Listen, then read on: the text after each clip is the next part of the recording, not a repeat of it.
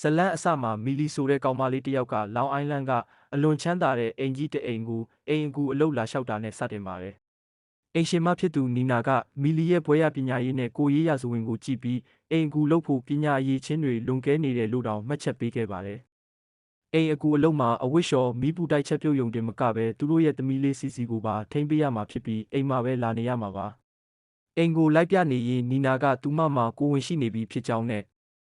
ဒါကိုအခုလောလောဆယ်လှုပ်ဝက်ပေးထားဖို့မီလီကိုတောင်းဆိုပါတယ်။မီလီပြန်ခါနီးမှာနီနာကတခြားလူတွေကိုလည်းလူတွေ့စစ်ဆေးဖို့ကြံသေးတယ်လို့ပြောပေမဲ့မီလီကိုလမ်းစရိတ်ပေးလိုက်ပြီးသူမအပေါ်အထင်ကြီးကြောင်းပြသခဲ့ပါတယ်။ဒါပေမဲ့မီလီကတော့စိတ်ပြက်လက်ပြက်နဲ့ကားမောင်းပြန်လာခဲ့ပါတယ်။ဘာလို့လဲဆိုတော့သူမရဲ့ကိုရေးရာဇဝင်ကအချက်လက်တွေအကုန်လုံးကအတုတွေဖြစ်ပြီးမျက်မှန်တောင်အတုတက်ထားတာမို့နောက်ကျောင်းရာဇဝင်စစ်လိုက်ရင်အလုပ်ရမှာမဟုတ်ဘူးလို့တွေးနေလို့ပါ။တကယ်တော့မီလီဟာအိုးမဲ့အိမ်မဲ့ဖြစ်ပြီးကားထဲမှာပဲနေထိုင်ကစီဆိုင်နဲ့စားတောက်ဆိုင်တွေကတန့်စင်ကန်တွေမှာပဲကိုလက်တန့်စင်နေရတဲ့သူပါ။တမနက်မှာတော့ရဲတွေကမီလီကားထဲမှာအိတ်နေတာကိုတွေ့သွားလို့သူမကအသက်ကြီးတဲ့မိခင်ကိုပြုစုပြီးပင်ပန်းလို့ခဏနားနေတာပါဆိုပြီးလိန်ညာကရုံထွက်ခဲ့ရပါသေးတယ်။အဲ့ဒီအချိန်မှာပဲနီနာစီကဖုန်းလာပြီးအလုပ်ရပြီလို့အကြောင်းကြားလာပါတယ်။မီလီလဲဝမ်းသာအားရနဲ့အိမ်ကြီးကိုချက်ချင်းသွားခဲ့ရအိမ်ဆောက်အန်ဆိုကတကားဖွင့်ပေးပါတယ်။အိမ်ထဲရောက်တော့အိမ်ရှိတကားကပွင့်နေပြီးအခန်းတိုင်းကဖျို့ဖျဲဖြစ်နေတာကိုတွေ့လိုက်ရလို့မီလီအံ့ဩသွားပါတယ်။နီနာကပြေးဖက်ပြီးမီလီမှာအိတ်နဲ့အိတ်ပဲပါလာတာကိုမြင်တော့မီလီကကြံတဲ့ပစ္စည်းတွေကိုပစ္စည်းတူလောင်ယုံမှာထားခဲ့တယ်လို့လိန်ပြောလိုက်ရပါတယ်။နီနာကသူမမိဘဆရာအတင်းမှပြောမဲ့မိကွန်းအတွက်စာရေးစရာရှိလို့အလုတ်ခန်းထဲဝင်မဲ့မီလီကိုအိမ်ရှင်းထားဖို့ပြောပါတယ်။ညနေပိုင်းမှာတော့မီလီကအိမ်ကြီးကိုပြောင်းလဲသွားအောင်ရှင်းလင်းပေးနိုင်ခဲ့ပါတယ်။အဲ့ဒီနောက်နီနာခင်ပွန်းအင်ဒရူးနဲ့သမီးလေးစီစီတို့ပြန်ရောက်လာပြီးနီနာကမီလီနဲ့မိတ်ဆက်ပေးပါတယ်။အင်ဒရူးကနီနာသဘောနဲ့သူအိမ်အကူခေါ်လိုက်တာမို့အံ့ဩသွားပေမဲ့မီလီကိုနွေးနွေးထွေးထွေးကြိုဆိုခဲ့ပါတယ်။မီလီလည်းသူမနေရမယ့်အခန်းရှိရာထက်ခိုးကိုတက်သွားပါတယ်။ဒါပေမဲ့အခန်းတကားမှာတော့မရှိတာပြီးတော့ဖွင့်လို့မရတဲ့သတင်းပေါက်တေးသေးလေးတစ်ခုပဲရှိတာကိုသတိပြုမိသွားပါတယ်။နီနာအစားတောက်လာပေးတဲ့အခါသတင်းပေါက်ဖွင့်လို့ရအောင်လုပ်ပေးဖို့နဲ့အခန်းတကားအတွက်တော့ပေးဖို့မီလီကတောင်းဆိုပါတယ်။နီနာကဒီအခန်းကအရင်ကအင်ဒရူးရဲ့ဖိုင်တွေတိမ့်တဲ့အခန်းမို့လို့ပါလို့ရှင်းပြပြီးပြင်ပေးဖို့ကတိပေးပါတယ်။ဒါအပြင်ကုံစုံဆိုင်မှာပစ္စည်းဝယ်ဖို့အတွက်အကျွေးဝယ်ကတ်အချက်လက်တွေပါတဲ့ဖုန်းအသစ်တစ်လုံးကိုလည်းမီလီကိုလက်ဆောင်ပေးခဲ့ပါတယ်။နောက်တနေ့မနက်မှာမီလီအခန်းထဲကထွက်ဖို့လုပ်တော့တကားကချက်ပိတ်နေပြီးတော်တော်လေးအားစိုက်ဆွဲလိုက်မှပွင့်သွားပါတယ်။အဲ့ဒီချိန်မှာအောက်ထက်ကအော်ဟစ်တန်တွေကြားရလို့ပြေးဆင်းသွားရာနီနာကမိဖို့ကြောင့်ထဲမှာပစ္စည်းတွေရှောက်လုပ်ပစ်ပြီးသူမရဲ့မိန်ကွန်းစာမှုဘဲရောက်သွားလဲဆိုပြီးတောင်းကျမ်းနေပါတယ်။အင်ဒရူးမိဖို့ကြောင့်ထဲဝင်လာတဲ့အခါနီနာကမီလီကိုစာမှုခိုးပါတယ်ဆိုပြီးဆွဆွဲကစိတ်ပေါက်ကွဲပါတော့တယ်။အင်ဒရူးကနီနာကိုပွေ့ချီပြီးချော့မော့ကရေချိုးပြီးစာမှုပြန်ရေးဖို့ပြောလိုက်ပါတယ်။နီနာကမီလီကိုနေငါရဲ့တနေ့တာလုံးကိုဖျက်ဆီးပစ်တာနောက်ခါတတိထားလို့တတိပေးပြီးထွက်သွားပါတယ်။အင်ဒရူးကမီလီကိုသူ့ဇနီးဖြစ်သူဟာအခုတလောစိတ်အခြေအနေတိတ်မမှန်လို့ပါဆိုပြီးတောင်းပန်ခဲ့ပါတယ်။ဒီအဖြစ်အပျက်အားလုံးကိုအပြင်ကသတင်းပေါက်ကနေအိမ်ဆောက်အန်ဆိုကစောင့်ကြည့်နေခဲ့တာပါ။မီလီအမိုက်ထွက်ပစ်တဲ့အခါအန်ဆိုကမီလီကိုဒီအိမ်မှာဘာလို့လာလောက်တာလဲလို့လာမေးပါတယ်။မီလီကအလုပ်ရလို့ပါလို့ရှင်းပြနေတော့နီနာကသူတို့ကိုအပေါ်ကနေစောင့်ကြည့်နေတာကိုမြင်လိုက်ရလို့အန်ဆိုလည်းချက်ချင်းအလုပ်ပြန်လုပ်ဟန်ဆောင်လိုက်ရပါတယ်။နောက်ပိုင်းမှာမီလီအိမ်သာဆေးနေတော့အိမ်သာကွက်ထဲမှာထူးဆန်းတဲ့ဆေးတောင်းတစ်ခုကိုတွေ့လိုက်ရပါတယ်။အဲ့ဒီအချိန်မှာနီနာကမီလီနောက်မှာရုတ်တရက်ပေါ်လာပြီးသူမဟာတခြားကျောင်းကမိခင်တွေနဲ့အဆင်မပြေကြောင်းစိတ်ဖိစီးမှုတွေအများကြီးရှိကြောင်းလာပြောပါတယ်။မီလီကကိုဝင်ဆောင်ဟော်မုန်းကြောင့်ဖြစ်မှာပါလို့ပြောလိုက်တဲ့အခါနီနာကစိတ်တူသွားပြီးမီလီကိုညစာချက်ဖို့နှင်လွတ်လိုက်ပါတယ်။ထမင်းစပွဲမှာတမီးဖြစ်သူစီစီကမီလီကိုဖန်ခွက်ပြန်ဆေးခိုင်းပြီးရိုင်းရိုင်းဆိုင်ဆိုင်ဆက်ဆံပါတယ်။အင်ဒရူးကမီလီကိုအတူတူထမင်းစားဖို့ဖိတ်ခေါ်ပေမဲ့မီလီကညှင်းပယ်ပြီးသူမအခန်းထဲပဲပြန်လာခဲ့ပါတယ်။မီလီကဖုန်းထဲကနေဒီမီသားစုရဲ့လူမှုကွန်ရက်ကိုလိုက်ကြည့်ရင်အင်ဒရူးအပေါ်စိတ်ကစားလာပါတယ်။အဲ့ဒီအချိန်မှာပဲအင်ဒရူးကမီလီခန်းထဲကိုကိတ်မုတ်လာပေးပြီးမီလီကိုရုတ်တရက်နမ်းလိုက်ပါတယ်။ဒါပေမဲ့ဒါဟာမီလီရဲ့အိမ်မက်ဖြစ်နေပြီးမီလီလက်နိုးလာကသူမရဲ့စိတ်ခံစားချက်တွေပေါ်စိုးရိမ်စိတ်ဝင်သွားပါတယ်။စနေနေ့မှာတော့နီနာကမီလီကိုအခန်းတော်ပေးပါတယ်။အဲ့ဒီနေ့ကမီလီရဲ့အလုပ်ပိတ်ရက်ဖြစ်လို့အပြင်ထွက်ဖို့ပြင်ပေမဲ့နီနာကအိမ်မှာပဲကူညီပေးဖို့အတင်းတားဆီးရာကနေစကားများကြပါတယ်။အင်ဒရူးကကြားထဲကဝင်ဖြန်းဖြေပေးပြီးမီလီကိုအပြင်ပေးသွားလိုက်ပါတယ်။မီလီသွားခဲ့တဲ့နေရာကတော့လူမှုဝန်ထမ်းဌာနဖြစ်ပြီးသူမရဲ့အကျဉ်းထောင်စောင့်ကြည့်ခံအရာရှိနဲ့တွားတွေ့တာပါ။တကယ်တော့မီလီဟာခံဝင်ချက်နဲ့လွတ်မြောက်လာသူဖြစ်ပြီးဒီလိုပုံမှန်တွေ့ဆုံမှုတွေလုပ်ဖို့မဖြစ်မနေလိုအပ်နေတာပါ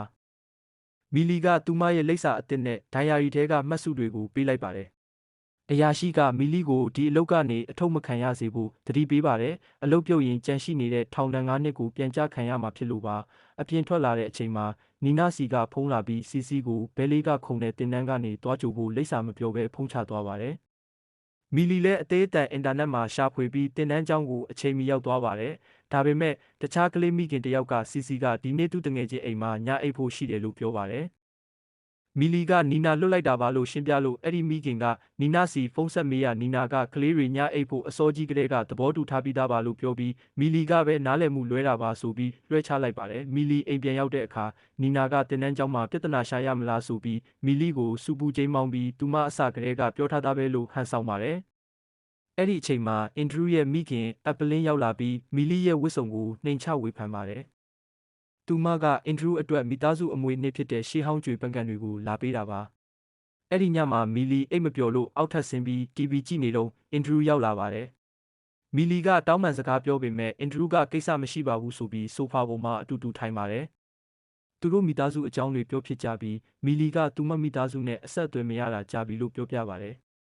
်အင်ဒရူးကစာနာဟန်ပြရင်မီလီခြေထောက်ကိုတတလေးကင်လိုက်ပါတယ်ပြီးတော့နီနာအကြောင်းပြောပြရမှာနီနာဟာငငယ်ကအိမ်မီးလောင်လို့မိဘတွေဆုံးရှုံးခဲ့ရကြောင်းမိဘလိုလောင်လဲဘယ်သူမှမသိပဲရဲတွေကနီနာကိုတောင်တန်တရားဝင်ခဲ့ကြကြောင်းပြောပြပါတယ်။အဲ့ဒီအချိန်မှာနီနာအခန်းထဲဝင်လာပြီးအင်ဒရူးကိုအိပ်ယာဝင်ခိုင်းလိုက်ပါတယ်။ပြီးတော့မီလီကိုသူမခင်မွန်းနဲ့ရင်းနှီးအောင်လုပ်ရမလားဆိုပြီးအလုပ်ကနေထုတ်လိုက်ပြီးလို့ဒေါသတကြီးနဲ့ပြောဆိုခဲ့ပါတယ်။မီလီကနောက်ထပ်အခွင့်အရေးတစ်ခုပေးဖို့အသေးအတန်တောင်းပန်တာကြောင့်နီနာကတပတ်စမ်းသက်ကာလထပ်ပေးပြီးနောက်ခါဝတ်စုံကိုတေးသေးချာချာဝတ်ဖို့နဲ့အင်ဒရူးနဲ့ဝေးနေဖို့တတိပေးလိုက်ပါတယ်။နောက်တစ်နေ့မှာနီနာကသူမရဲ့တငယ်ချင်းတွေကိုလက်ဖက်ရည်ဝိုင်းဖိတ်ကျွေးပြီးကလေးထက်လိုချင်လို့မြို့ထဲကသားသမီးရတနာဆိုင်ရာအထူးကူဆရာဝန်နဲ့တွားတွေ့မဲ့အကြောင်းပြောပါတယ်။နီနာဖုန်းပြောဖို့အပြင်ထွက်သွားတဲ့အချိန်မှာမီလီကတခြားမျိုးသမီးတွေနီနာအတင်းပြောနေတာကိုကြားလိုက်ရပါတယ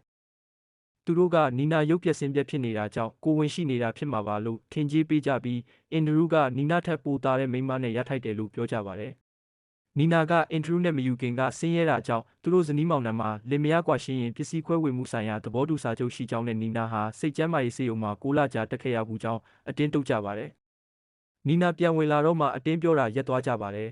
။ဆေးနာမည်ကိုအင်တာနက်မှာရိုက်ရှာကြည့်လိုက်တဲ့အခါအဲ့ဒီဆေးကစိတ်ဖောက်ပြန်ယောဂအတွက်သုံးတဲ့ဆေးဖြစ်နေတာကိုတွေ့လိုက်ရပါတယ်မီလီကြောက်လန့်သွားပြီးအလုပ်အသစ်ရှာပေးဖို့တငယ်ချင်းတယောက်စီဖုန်းဆက်အကူအညီတောင်းခဲ့ပါတယ်။ဒါကိုစီစီကကြားသွားပြီးအိမ်ကထွက်သွားမလို့လားလို့မေးရမီလီကနားကြလွဲတာပါလို့နှစ်သိမ့်လိုက်ရပါတယ်။နောက်တော့စီစီအယုတ်အိမ်နဲ့ဆော့နေတော့မီလီရဲ့အချစ်တော်အယုတ်လေးကိုစီစီယူထားတာတွေ့လို့မီလီကစူပူပြီးထက်ခိုးခန်းထဲမလာဖို့တားမြစ်လိုက်ပါတယ်။စီစီကလည်းနင်လဲအဲ့ဒီလိုပဲမသွားသင့်ဘူးလို့ပြန်ပြောခဲ့ပါတယ်။အဲ့ဒီနောက်တကားဆောင်ပိတ်တန်တဲ့အတူနီနာနဲ့အင်ဒရူးတို့ရန်ဖြစ်တန်ကိုကြားရပါတယ်။နီနာကငိုပြီးစစ်ကြက်လျှောက်လန်းအတိုင်းထွက်သွားပြီးနောက်အင်ဒရူးကမီလီကိုတီးတန့်စကားပြောဖို့ခေါ်ပါတယ်။အင်ဒရူးကစီစီမှာသားအိမ်ချို့ယွင်းတဲ့ယောဂရှိကြောင်းကလေးရဖို့နှစ်အတော်ကြာစူးစမ်းပေမဲ့မရခဲ့ကြောင်းနဲ့စီစီကနီနာရဲ့အရင်ရေးစားနဲ့ရခဲ့တဲ့သမီးဖြစ်ကြောင်းရှင်းပြပါတယ်။ညတစ်ခေါက်မှာမီလီကအော်ဟစ်တန်တွေကြောင့်နိုးလာပြီးသူတို့လင်မယားပစ္စည်းတွေရိုက်ခွဲကရန်ဖြစ်နေတာကိုကြားရပါတယ်။မီလီသွားခောက်တဲ့အခါနီနာကတကားဖွင့်ပေးပြီးသူမလက်ထဲမှာသွေးတွေပေးနေတဲ့မှန်ကွဲစတစ်ခုကိုကင်ထားပါတယ်။မီလီကအင်ဒရူးအဆင်ပြေရလားလို့မေးတဲ့အခါနီနာကယူးယူးမောမောရေမောပြီးငါယူးနေတယ်ဆိုတာနင်သိသွားပြီမလားလို့ပြောပါတယ်။အင်ဒရူးကမှန်ကွဲဆောက်ကိုလူယူပြီးမီလီမျက်နှာရှိမှတင်တကားကိုဝုန်းကနေပိတ်ပစ်လိုက်ပါတယ်။နောက်တနေ့မနက်မှာတော့နီနာကမီလီကိုကိုဝင်နဲ့ပတ်သက်ပြီးလိန်ညာခဲ့မိလို့တောင်းပန်စကားဆိုပါတယ်။အစကနေပြန်ဆခြင်းနဲ့ဆိုပြီးသူမရဲ့အဝတ်စားဟောင်းအချို့ကိုပါမီလီကိုပေးခဲ့ပါတယ်။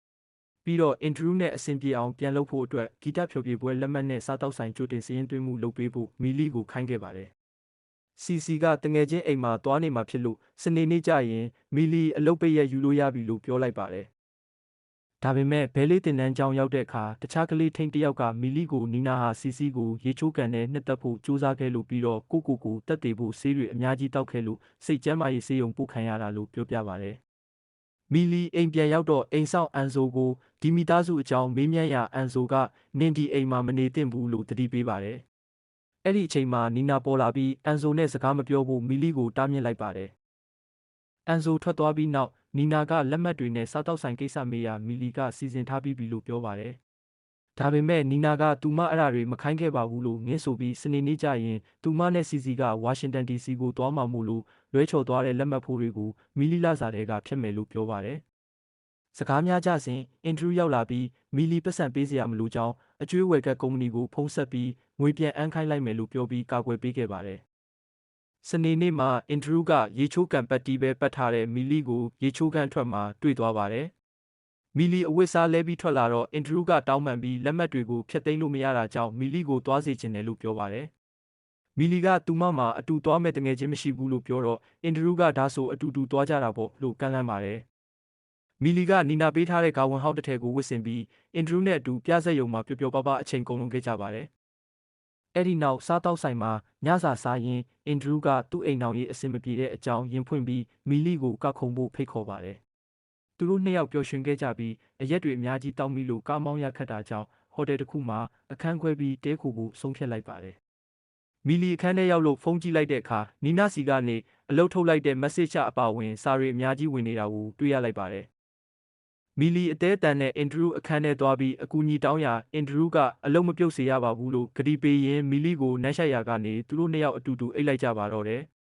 နောက်တနေ့မနက်မှာတော့ဒါကိုနီနာကိုအတိမပေးဖို့နဲ့နောက်ခါမဖြစ်စေဖို့သဘောတူကြပေမဲ့အိမ်ပြန်ရောက်တဲ့အခါအင်ဒရူးကမီလီကိုထပ်နှမ်းပြီးသူတို့နောက်တစ်ချိန်လွန်ကျူးမိကြပြန်ပါတယ်။နီနာပြန်ရောက်လာတဲ့အခါမီလီကနေ့လယ်စာပြင်ဆင်ပြီးစောင့်နေပါတယ်။နီနာက message တွေအတွက်တောင်းပန်စကားပြောပြီးမီလီထောင်ထဲမှာ10နှစ်နေခဲ့ရတဲ့အကြောင်းကိုရုတ်တရက်ထုတ်ပြောလိုက်ပါတယ်။အင်ဒရူးလန့်သွားပေမဲ့ဘာမှမပြောပါဘူး။နီနာကမီလီကိုကုံစုံဆိုင်သွားခိုင်းပြီးမီလီရဲ့ကားအဆုတ်ကသူတို့တိတ်ခါကိုထိခိုက်စေလို့နီနာကားကိုပဲမောင်းသွားဖို့ပြောပါတယ်။ကုံစုံဆိုင်မှာတခြားကလေးထိန်းတစ်ယောက်ကအလုတ်ရှင်ပေးတဲ့ဖုန်းကိုယူထားတာရဲရင်တယ်လို့ပြောပါတယ်။ဘာလို့လဲဆိုတော့အလုတ်ရှင်တွေကအဲ့ဒီဖုန်းနဲ့ဝန်ထမ်းတွေကိုထောက်လန့်တက်လို့ပါ။မီလီလဲနီနာဟာသူမနဲ့အင်ဒရူးတို့ဖောက်ပြန်နေတာကိုသိနေပြီဆိုတာရိပ်မိသွားပါတယ်။မီလီကားရဲ့ပစ္စည်းတွေထည့်နေတော့မှပဲရဲတွေရောက်လာပြီးကားကိုမှုနဲ့မီလီကိုဖမ်းဆီးပါတော့တယ်။ကံကောင်းထောက်မစွာပဲအင်ဒရူးရောက်လာပြီးဒါကနားလည်မှုလွဲတာပါလို့ရှင်းပြပေးခဲ့ပါတယ်။အိမ်ပြန်လမ်းမှာမီလီကထောင်ကျဘူးတဲ့အကြောင်းမပြောမိလို့တောင်းပန်ပေမဲ့အင်ဒရူးကစိတ်မရှိပါဘူးလို့ပြောပါတယ်။အိမ်ရောက်တော့နီနာကသူတို့ဖောက်ပြန်တာကိုတီချောင်းအတီးပြုပြီးမီလီကိုကာဝင်တွေခိုးမှုနဲ့ရဲတိုင်မယ်လို့ချိန်ချောက်ပါတယ်။အဲ့ဒီမှာတင်အင်ဒရူးကဒေါသပေါက်ကွဲပြီးနီနာကိုအိမ်ကနေမောင်းထုတ်ပါတော့တယ်။မီလီကပစ္စည်းကူသိမ်းပေးရမလားလို့မေးတဲ့အခါနီနာကမီလီကိုပါရိုက်ပြီးဆဲဆိုကားမောင်းထွက်သွားပါတယ်။လမ်းဘေးမှာကားရက်ပြီးနီနာတယောက်တည်းဒေါသတကြီးငိုကြွေးအော်ဟစ်နေခဲ့ပါတယ်။အိမ်မှာတော့အင်ဒရူးကမီလီဘာကိုရေခဲအုံပေးပြီးမီလီကိုဒီအိမ်ရဲ့အိမ်ရှင်မအသစ်ဖြစ်လာနိုင်တယ်လို့ပြောပါတယ်။နောက်ရက်တွေမှာအင်ဒရူးနဲ့မီလီတို့အတူတူပျော်ပါနေခဲ့ကြပါတယ်။တမနက်မှာမီလီကအင်ဒရူးအမေရဲ့ရှေးဟောင်းကြွေပကံတွေကိုအသုံးပြုပြီးမနက်စာပြင်းနေတော့အပြင်ကနေအိမ်ဆောက်အန်ဆိုစိုက်ကြည့်နေတာကိုလန့်ပြီးပကံတွေကိုကျမ်းပြင်ပေါ်ချပစ်မိပါတယ်။အင်ဒရူးဆင်းလာတော့မီလီကအန်ဆိုအကြောင်းပြောပြလို့အင်ဒရူးကအန်ဆိုကိုအလုတ်ကနေချက်ချင်းထုတ်ပစ်လိုက်ပါတယ်။အဲ့ဒီနောက်အင်ဒရူးကပကံကွဲတွေကိုအိတ်ထဲထည့်ခိုင်းပြီးဒါကိုပြန်ပြင်ပေးနိုင်တဲ့သူသိတယ်လို့ပြောပါတယ်။မီလီကအိတ်ထဲထည့်ပေးတဲ့အခါပကံကွဲတွေကိုအရင်မစေးရမလားဆိုပြီးအင်ဒရူးကမီလီကိုစူပူချိန်မောင်းပါတယ်။ပြီးတော့မီလီကိုထက်ခိုးခန်းထဲခေါ်သွားပြီးအရက်တိုက်ကအတူတူပျော်ပါကြပါတယ်။အဲ့ဒီနောက်မီလီနိုးလာတဲ့အခါအခန်းထဲမှာအင်ဒရူးမရှိတော့ပါဘူး။ထွက်ဖို့လုပ်တော့အခန်းတကားကအပြင်ကနေတောက်ခတ်ထားပြီးအပြင်ကနေအင်ဒရူးကသူမကိုအခုလောလောဆယ်ထွက်ခွင့်မရှိသေးဘူးလို့ပြောပါတယ်။တကယ်တော့စက်ကြောင်းကအခုမှပြောင်းပြန်ဖြစ်သွားတာပါ။နီနာကားထဲမှာငိုနေတာဟာဟန်ဆောင်တာဖြစ်ပြီးနောက်ပိုင်းမှာသူမဟိုတယ်တစ်ခုမှာအောင်ပွဲခံကအင်ဒရူးရဲ့တပ်ပုံကိုမီးရှို့ပစ်ခဲ့ပါတယ်။ပြီးတော့သမီးဖြစ်သူ CCC ကိုအဖြစ်မှန်အကုန်လုံးကိုရှင်းပြထားတဲ့စာတစ်စောင်ရေးပါတယ်။တကယ်တော့နီနာဟာငယ်ငယ်ကမိဘတွေတည်ဆုံခဲ့ရတဲ့အိမ်မီးလောင်မှုကိုလုပ်ခဲ့တာမဟုတ်ပါဘူး။သူမဟာမိဘမဲ့ကေဟာအစစ်စစ်မှာကြီးပြင်းခဲ့ရပြီးဥပဒေကျောင်းတက်ဖို့ပညာသင်ဆုရခဲ့ပါတယ်။ကျောင်းမှာအိမ်အောင်ရှိတဲ့ပါမောက္ခတစ်ယောက်နဲ့ရပြီးကိုဝင်ရလာပေမဲ့အဲ့ဒီလူကတာဝန်မယူတာကြောင့်နီနာဟာမိခင်တဦးရဲ့ဖြစ်စီစီကိုမွေးဖွားခဲ့ရပါတယ်။ဥပဒေလုပ်ငန်းတစ်ခုမှာအလုပ်လုပ်နေတော့အင်ဒရူးနဲ့တွေ့ပြီး6ပတ်အကြာမှာပဲလက်ထပ်ခဲ့ကြပါတယ်။သူတို့နေတဲ့အိမ်ကြီးကအင်ဒရူးရဲ့အရင်စစ်ဆက်ထားတဲ့မိန်းမအတွက်အင်ဒရူးကိုယ်တိုင်ဒီဇိုင်းဆွဲထားတဲ့အိမ်ဖြစ်ပြီးဒါဟာသတိထားတဲ့အချက်ပြလက္ခဏာတစ်ခုဖြစ်ခဲ့ပါတယ်။အင်ဒရူးကသူမကိုစပင်ရွှေဝါရောင်ဆိုးခိုင်းပြီးစပင်အရင်းတွေမဲလာရင်အမြဲအပြစ်တင်တတ်ပါတယ်။တရက်မှာနီနာကစီစီကိစ္စနဲ့အလုပ်ရှုပ်နေလို့စပင်ညက်ဆိုင်မသွားနိုင်ခဲ့ပါဘူး။အင်ဒရူးကစပင်အရင်းတွေမဲနေတာကိုမြင်တော့နီနာကိုထက်ခိုးခန်းထဲမှာဖိုင်သွားရှာခိုင်းပါတယ် နီနာရှာနေတော့မှအင်ဒရူးကတကားကိုအပြင်ကတော့ခတ်ပစ်လိုက်ပါတယ်ပြီးတော့စပင်မဆိုးရမလားဆိုပြီးအပြစ်ပေးတဲ့အနေနဲ့တကားအောက်ကနေစာအိတ်တအိတ်သွင်းပေးပြီးနီနာရဲ့စပင်အမြင့်ကနေအပင်တရာနှုတ်ပြီးစာအိတ်ထဲထည့်ခိုင်းခဲ့ပါတယ်အမြင့်မပါတဲ့စပင်တပင်ပါရင်အစကနေပြန်လုပ်ရမယ်လို့ချိန်ချောက်ပါတယ်နီနာကညှင်းဆန်ပေမဲ့အင်ဒရူးကထွက်သွားပါတယ်အခန်းထဲကရေခဲတစ်တာအသေးလေးထဲမှာရေပဲရှိပြီးအစာမရှိပါဘူးအပေါ့လေးသွားဖို့လဲပုံတပုံးပဲရှိပါတယ်နောက်ဆုံးတော့နီနာမခံမရက်နိုင်ဖြစ်ပြီးနာကျင်စွာနဲ့စပင်အပင်တရာကိုနှုတ်ပြီးစာအိတ်ထဲထည့်ပေးလိုက်ရပါတယ်ဒါပေမဲ့အင်ဒရူးကစစ်ဆေးပြီးအပင်တပင်ကအမြင့်မပါဘူးဆိုပြီးအစကနေပြန်လှုပ်ခိုင်းပါတယ်နီနာနောက်တစ်ချိန်ထပ်လုပ်ပြီးတော့မှအင်ဒရူးကတကားဖွင့်ပေးပြီးသူမကိုရေတိုက်ကဒါနဲ့အကောင့်အတွက်ငါလုပ်တာလို့ပြောပါတယ်နီနာသမီးစီပြေးသွားပေမဲ့ခဏနေတော့မူးဝေလာပြီးအင်ဒရူးကရေထဲမှာစိတ်ခတ်ထားမှန်းသိလိုက်ရပါတယ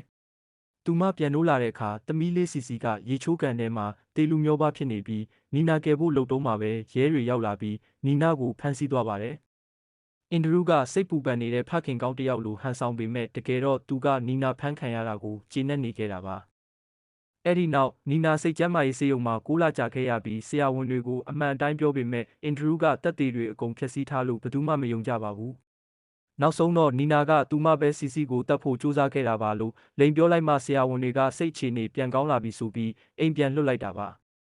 အိမ်ပြန်ရောက်တဲ့နှစ်တွေမှာနီနာကဇနီးတဲ့ကောင်းတစ်ယောက်လိုဟန်ဆောင်နေခဲ့ရပါတယ်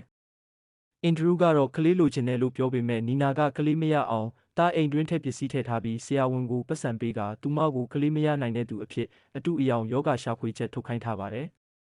်နီနာအမှားယွင်းအသေးအဖွဲလေးလုံးမိရင်တောင်အင်ဒရူးကထက်ခိုးကန်းထဲမှာပိတ်လောင်ထားတတ်ပါတယ်အိမ်ဆောင်အန်ဆိုတယောက်ပဲနီနာကိုယုံကြည်ပြီးကယ်ဖို့ကြိုးစားခဲ့ပေမဲ့အင်ဒရူးကလက်ပူးလက်ကျမိသွားလို့နီနာဆေးရုံထပ်တက်ခဲ့ရပါသေးတယ်နီနာပြန်လွတ်လာတော့အန်ဆိုကထပ်ကူညီဖို့လုပ်ပေမဲ့အန်ဆိုကသူ့ရဲ့ညီမဖြစ်သူကိုလည်းအင်ဒရူးကြောင့်ဆုံးရှုံးခဲ့ရဘူးလေလို့ပြောပြပါတယ်နီနာကအန်ဆိုကိုဝင်မပါဖို့တားမြစ်ပြီးသူမမှာအစီအစဉ်ရှိတယ်လို့ပြောပါတယ်အစီအစဉ်ကတော့အိမ်ကူတယောက်ခေါ်ပြီးအင်ဒရူးကိုဖောက်ပြန်အောင်လုပ်ဖို့ဖြစ်ပြီးမီလီကိုရွေးချယ်ခဲ့တာကတော့မီလီဟာစပင်ရွှေဝါရောင်ဖြစ်နေတာရဲ့အသေးအသက်ရှင်ဖို့ကြိုးစားနေရတာကြောင့်ရဖြစ်ပါတယ်မီလီဟာလူတက်မှုနဲ့ထောင်ကျဘူးမှန်သိလိုက်ရတဲ့အချိန်မှာတော့နီနာရဲ့အစီအစဉ်ကပိုပြီးအသက်ဝင်သွားပြီးဒိန်ခဲလီတဲ့ဓာတ်ကိုပါအသင့်ပြင်ထားခဲ့တာဖြစ်ပါတယ်အခုလက်ရှိအချိန်မှာတော့နီနာကစီကိုကျောင်းကနေတွားကြိုပြီးအတူတူထွက်ပြေးဖို့လုပ်ပါတယ်စီကမီလီကိုပါခေါ်သွားဖို့ပြောပါတယ်ထက်ခိုးခန်းထဲမှာတော့အင်ဒရူးကတကားအောက်ကနေကျွေပန်းကန်ကွက်စ်တစ်ခုကိုတွင်းပေးပြီးမီလီရဲ့ဘိုက်ပေါ်မှာနှက်ဆိုင်နဲ့ဓာတ်ရ21ချက်ကိုဘာသာကိုမုန်းခိုင်းပါတယ်မလို့ရင်အစကနေပြန်လုပ်ရမယ်လို့ချိန်ချောက်ပါတယ်မီလီကညှင်းဆန်ပြီးတကားကိုအသေးအတန်ထုပေမဲ့အလကားပါပဲအဲ့ဒီအချိန်မှာမီလီကသူမရဲ့ကြောင်းလုံးကအတိတ်ကိုပြန်တရိယာသွားပါတယ်အဲ့ဒီတုန်းကမီလီအခန်းထဲပြန်လာချိန်မှာအခန်းဖော်ကောင်မလေးကိုအနိုင်ကျင့်စော်ကားနေတဲ့အတန်းဖော်ကောင်လေးတစ်ယောက်ကိုတွေ့လို့အခန်းထဲကအလှဆင်ပစ္စည်းတစ်ခုနဲ့အဲ့ဒီကောင်လေးတည်တဲ့အထိခေါင်းကိုရိုက်နှက်ခဲ့တာပါဒါပေမဲ့အဲ့ဒီကောင်လေးကဩဇာကြီးတဲ့မိသားစုကဖြစ်နေလို့မီလီဟာကိုခုခံကာကွယ်မှုအစားလူတက်မှုနဲ့ထောင်ချခံခဲ့ရတာဖြစ်ပါတယ်မီလီထက်ခိုးခန်းထဲမှာရှာဖွေရင်းနီနာဝတ်ထားခဲ့တဲ့ဒိန်ခဲလီဒါကိုတွေ့သွားပါတယ်မီလီကသူမရဲ့ဘိုက်ပေါ်မှာအင်ဒရူးခိုင်းတဲ့အတိုင်းနာကျင်စွာနဲ့ဓာတ်ရတွေမှုန်းလိုက်ပါတယ်ပြီးတော့အင်ဒရူးကိုဖုံးဆက်ခေါ်ပေမဲ့အင်ဒရူးကမနှက်ကြမှရောက်လာပါတယ်အင်ဒရူးကတကားဖွင့်ပြီးချိုသားသားစကားပြောနေတော့မီလီကဒိန်ခဲလီဒါနဲ့အင်ဒရူးရဲ့လက်ဘင်းကိုထိုးဆိုင်ပြီးထွက်ပြေးဖို့ကြိုးစားပါတယ်အင်ဒရူးကမီလီကိုပြန်ဆွဲခေါ်ပြီးတိုက်ခိုက်ပေမဲ့မီလီကပြန်ကန်ပြီးအခန်းပြင်ကိုထွက်ကတကားကိုအပြင်ကနေတောက်ခတ်ပစ်လိုက်ပါတယ်အဲ့ဒီနောက်မီလီမိဖို့ချောင်နဲ့ဆင်းပြီးအစားတောက်စားနေတော့အင်ဒရူးရဲ့ဖုန်းထဲမှာသူ့အမေစီကနေအဲ့ဒီမိန်းမနဲ့ကွာရှင်းပြီးပြီလားဆိုတဲ့စာကိုတွေ့လိုက်ရပါတယ်မီလီလည်းဒေါသတကြီးနဲ့ပစ္စည်းတွေအများကြီးယူပြီးထက်ခိုးတကားစီပြန်သွားခဲ့ပါတယ်အင်ဒရူးကအထဲကနေကလိန်ကချစ်စကားတွေနဲ့တောင်းပန်နေပါတယ်မီလီကတကားအောက်ကနေပလာယာတစ်ခုတွင်းပေးပြီးသူ့ရဲ့ရှေ့သွားတစ်ချောင်းကိုဘာသာနှုတ်ပစ်ဖို့ခိုင်းပါတယ်အင်ဒရူးကညှင်းဆန်လို့မီလီကသူ့အမေရဲ့ရှေးဟောင်းကြွေပကံတွေကိုတစ်ခုပြီးတစ်ခုရိုက်ခွဲပစ်ပါတယ်အင်ဒရူးကပတ်စံတွေအများကြီးပေးမယ်လို့ပြောပေမဲ့မီလီအတွက်မလောက်ပါဘူးမီလီကသူမဟာလူတက်မှုနဲ့ထောင်ချခဲ့တာလို့ပြောပြီးကျမ်းပြင်ပေါ်ကိုဓာတ်စီတွေလောင်းချပါတယ်မီလီမီချစ်လိုက်တဲ့အတန်ကိုကြားတော့မှအင်ဒရူးကြောက်လန့်တကြားနဲ့သဘောတူပြီးပလာယာနဲ့သူ့သွားကိုနာကျင်စွာနှုတ်ပစ်လိုက်ပါတယ်မီလီကဒါကိုအင်ဒရူးရဲ့ဖုန်းထဲကလုံခြုံရေးကင်မရာကနေကြည့်ပြီးသဘောကျနေခဲ့ပါတယ်အင်ဒရူးကသွားကိုတကားအောက်ကနေတွင်းပေးလိုက်တဲ့အခါမီလီကသွားကိုကောက်ယူပြီးမနက်မှပြန်လာခဲ့မယ်လို့ပြောကအောက်ထပ်ဆင်းပြီး TV ရှေ့မှာအိပ်ပျော်သွားခဲ့ပါတယ်အဲ့ဒီညမှာပဲနီနာကမီလီကိုကယ်ဖို့အိမ်ကိုတိတ်တဆိတ်ပြန်လာခဲ့ပါတယ် ထက်ခိုးခန်းကမီးလင်းနေတာကိုမြင်တော့မီလီထဲမှာပိတ်မိနေတဲ့ထင်ပြီးပြေးတက်သွားပါတယ်။အဲ့ဒီအချိန်မှာမီလီလဲလန့်နိုးလာပြီးကင်မရာထဲမှာနီနာတက်သွားတာကိုမြင်လို့လိုက်သွားပါတယ်။နီနာကအင်ဒရူးရှိတဲ့တကားကိုဖွင့်ပေးလိုက်တဲ့အခါအင်ဒရူးကနီနာကိုလှေကားပေါ်ကနေတွန်းချပစ်လိုက်ပါတယ်။မီလီရောက်လာပြီးပန်းအိုးနဲ့အင်ဒရူးရဲ့ခေါင်းကိုရိုက်ခွဲလိုက်လို့အင်ဒရူးကမီလီနောက်ကိုလိုက်လံတိုက်ခိုက်ခဲ့ပါတယ်။အင်ဒရူးကမီလီကိုအနောက်ကနေလဲပင်ညစ်ပေမဲ့မီလီကအင်ဒရူးရဲ့လက်မောင်းကိုကိုက်ပြီးလွတ်အောင်ယုံကပြန်ထိုးနှက်ပြီးထွက်ပြေးပါတယ်။အင်ဒရူးကမီလီကိုလိုက်ရှာရင်းနီနာနဲ့ပြန်တွေ့ပါတယ်။အင်ဒရူးကသူ့ရဲ့လှည့်စားတတ်တဲ့စကားတွေနဲ့တောင်းပန်ပြီးအစကနေပြန်ဆက်ရအောင်လို့ပြောပါတယ်။နီနာကအင်ဒရူးကိုနင်ကမိစ္ဆာကောင်လို့ဆဲလိုက်တဲ့အခါအင်ဒရူးကဒေါသကြီးနဲ့နီနာကိုထပ်တိုက်ခိုက်ဖို့လုပ်ပါတယ်။အဲ့ဒီအချိန်မှာပဲမီလီကအနောက်ကနေပေါ်လာပြီးအင်ဒရူးကိုလှေကားလက်ရန်ပေါ်ကနေတွန်းချပစ်လိုက်ပါတယ်။အင်ဒရူးဟာအောက်ထပ်အခန်းကျမ်းပြင်ပေါ်ကိုခေါင်းနဲ့ကြောကုန်းတွေရိုက်မိပြီးပြုတ်ကျသွားတာကြောင့်ချက်ချင်းပဲတေဆုံးသွားပါတော့တယ်။နီနာကအခြေအနေကိုကြည့်ပြီးမိသီးတစ်လုံးကိုယူကာကျမ်းပြင်ပေါ်ချပစ်လိုက်ပါတယ်။အင်ဒရူးမိသီးလဲရင်ပြုတ်ကျတေဆုံးသွားတဲ့ပုံစံမျိုးဖြစ်အောင်ဖန်တီးလိုက်တာပါ။မီလီကရဲတွေယုံမှာမဟုတ်ဘူးလို့ပြောပေမဲ့နီနာကမီလီကိုအိမ်ကနေအခုချက်ချင်းထွက်သွားဖို့ပြောပါတယ်။မီလီကအင်ဒရူးရဲ့သွားကိုကျမ်းပြင်ပေါ်ခြံထားခဲ့ပြီးထွက်သွားခဲ့ပါတယ်။နီနာကတော့အိမ်ဆောင်အန်ဆိုကိုဖုံးဆက်ပြီးအလောင်းသိမ်းဖို့အကူအညီတောင်းပါတယ်။ရဲတွေရောက်လာတဲ့အခါနီနာကဝမ်းနဲ့ပူဆွေးနေတဲ့မူဆိုးမတစ်ယောက်လိုဟန်ဆောင်ပါတယ်။ရဲအရာရှိတစ်ယောက်ကအင်ဒရူးရဲ့လက်ပင်ကဓာတ်တန်ရာကလှေကားပေါ်ကပြုတ်ကျရုံနဲ့မဖြစ်နိုင်ဘူးလို့ထောက်ပြပါတယ်။ဒါပေမဲ့အဲ့ဒီရဲမေဟာအင်ဒရူးရဲ့အရင်စစ်ဆက်ထားတဲ့မိန်းမရဲ့အမဖြစ်နေတာပါ။သူမရဲ့ညီမလေးဟာအင်ဒရူးနဲ့လမ်းခွဲပြီးကတည်းကစိတ်ဓာတ်ဝေဒနာရှင်ဖြစ်သွားခဲ့ရတာမို့လို့လက်စားချေတဲ့အနေနဲ့ရဲမေကအင်ဒရူးရဲ့တည်ဆုံမှုကိုမတော်တဆမှုဖြစ်ပဲမှတ်တမ်းတင်ပေးလိုက်ပါတယ်။နောက်တနေ့ဇလန်းအစုံမှာအင်ဒရူးအမေအပလင်းကအင်ဒရူးရဲ့သွားတစ်ချောင်းပြောင်းနေတာကိုဇဝေဇဝါဖြစ်နေပြီးနီနာကလေးကိုအဝတ်စားတိတိကျကျမဝတ်ပေးရမလားဆိုပြီးစူပူနေပါသေးတယ်။မီလီရောက်လာတဲ့အခါနီနာကသူမကိုပွေ့ပတ်ပြီးဘဝတစ္ဆနိုင်ဖို့အတွက်ပမာဏအများကြီးပါတဲ့ချက်လက်မှတ်တစ်စောင်ကိုပေးလိုက်ပါတယ်။အတန်ကြာပြီးနောက်မှာတော့မီလီဟာနောက်ထပ်ချမ်းသာတဲ့အမျိုးသမီးတစ်ယောက်ရဲ့အိမ်မှာအိမ်အကူအလုပ်လာလျှောက်ပါတယ်။သူမကနီနာရေးပေးလိုက်တဲ့ထောက်ခံစာကိုပြလိုက်ပါတယ်။အဲ့ဒီအမျိုးသမီးကသူမရဲ့ခင်ပွန်းဖြစ်သူဟာသူမအပေါ်နှိပ်စက်ညှဉ်းပန်းလေးရှိကြောင်းအရေးအမွက်ပြောပြတဲ့အခါမီလီကပြုံးပြီးကျမကူညီနိုင်ပါတယ်လို့ဂတိပေးလိုက်တာနဲ့ဇလန်းလေးပြီးဆုံးသွားပါတော့တယ်။